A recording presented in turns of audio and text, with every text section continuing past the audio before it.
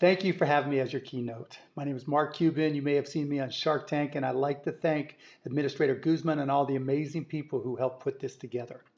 Running a small business is never easy, but we choose this life.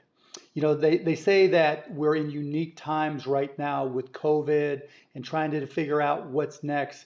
But I have to tell you, there are two amazingly unique moments in every small business owner's life: the day you decide to start your business, and every single day when you wake up.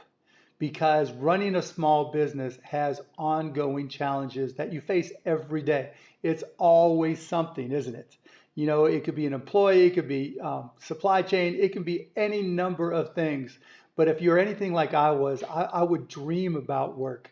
I would wake up in the middle of the nights and answer emails or take notes, solve problems while I was asleep. It's the craziest feeling in the world, but each and every one of you already knows that. But the two most challenging moments, as I said, are when you start that business and every morning when you wake up. Now, what are the things that every small business needs to think about each and every morning? What are the qualities that give you an opportunity to have an advantage? Well, today is a little bit different, but there are some commonalities. Number one, agility. 2 years ago, we never saw COVID coming. And those of us who have been able to be agile and change as we go to continue learning and addressing new issues, but that agility is what allows you to really be good. And so number one is agility. The second thing that's important is communications.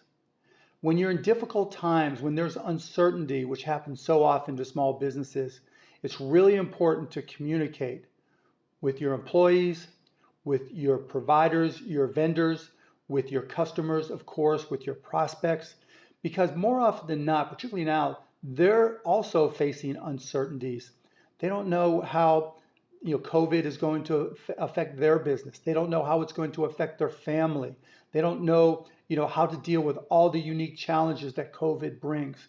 And when you communicate honestly and authentically, then they respect you and they'll want to do business with you. Because now, as we all are working from home or rarely going into the office or concerned when we go into the office, those fears really impact how we work.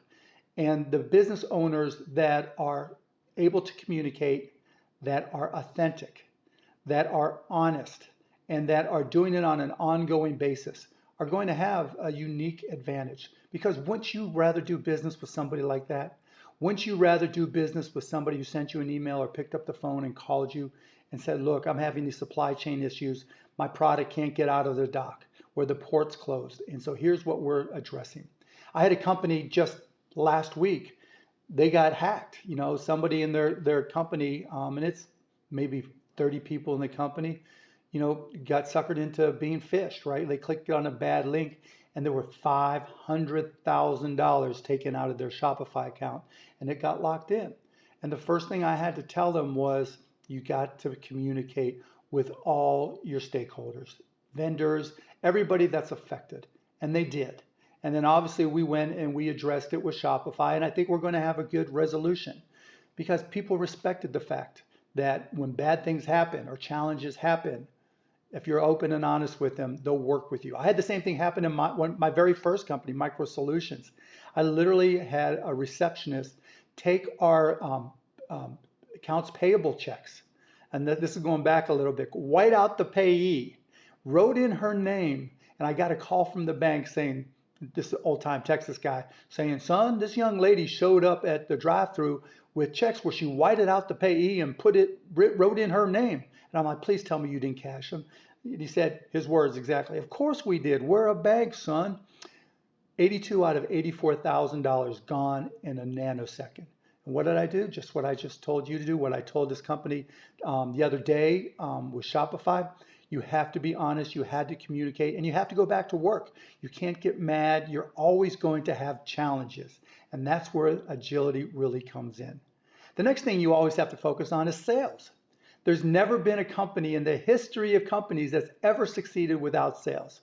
Now, I have to be honest. As a CEO, as an entrepreneur, There are times when it's not comfortable to sell as much as you know that you have to sell. There are going to be times when you have to pick up the phone to somebody you don't want to call, or you're going to have to cold call, or you're going to have to send cold emails, or you're going to have to do marketing, or there's going to be, a problem with an employee and you're going to have to take over that sales.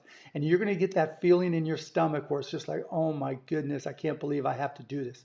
But you have to, because that's the difference between being an okay entrepreneur, a great entrepreneur, or a former entrepreneur. That moment that we all face when you have to make that call, when you have to call that customer, when you have to call that prospect and go through it, because if you don't make that call, your business is not going to succeed. And let me just tell you what I would tell myself in the middle of all those cold calls and cold emails.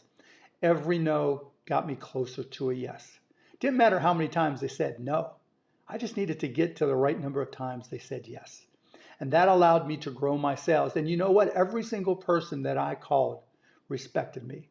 And every single employee got to watch me sell. And they realized that if the entrepreneur, if the CEO, if the founder of the company is so excited about their product that they are willing to call everybody and anybody to sell them, well, that sets a great example for them. Because I got to tell you, as the entrepreneur, as the CEO, if you're not the most excited to sell your product, who will be? And realize selling is not convincing. It's not about selling ice to Eskimos or any of the worn out cliches that you've heard. Selling is helping. If you truly love and believe in your product, when you make that call, if it's a business to business call, you know you're helping that customer or prospect. If it's a consumer product, you know that you're making their lives a little better, a little happier, a little easier, a little less stress. Why wouldn't you want to do that as much as you can? Why wouldn't you want to set an example? So you always have to remember, sales cures all. As we go forward, things are going to change, as they always do. One of my favorite sayings comes from my dad. He used to always tell me, you don't live in the world you were born into. For those of you over the age of 14, which I think maybe most of you are, hopefully not all, but most, there was times before iPhones, there were times before mobile computing, there were times before cloud computing, there were times before so many technologies. I'm old enough to remember my first color TV, and the point is, things are going to continue to change all the time. And so in terms of what comes in the future, I can tell you that I pay attention to artificial intelligence. I think it's going to have an impact on all sizes of businesses, and the companies that are able to harness it will do best. And that's very analogous to the conversations I had back in the mid 90s, telling people you have to really understand what's going on with technology and the internet.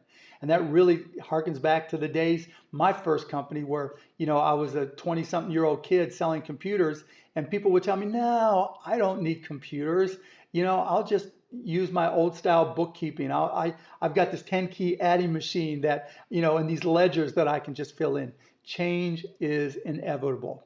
So whether it's artificial intelligence, whether it's, all kinds of new apps that are coming along, whether it's cryptocurrencies, you don't have to be an expert in each, but you have to put in the time to learn how they might impact your business, because change is inevitable, and one way to get a competitive advantage is sometimes to integrate these new technologies. So pay attention to change, learn as much as you can, because learning is an absolute skill set for entrepreneurs. And so to close up, because otherwise I could talk for days about being an entrepreneur. Number one, be agile. Number two, be an authentic, honest communicator with all your stakeholders. Number three, love to sell your product or services. Just set an amazing example for everybody in your organization about how amazing what you sell is.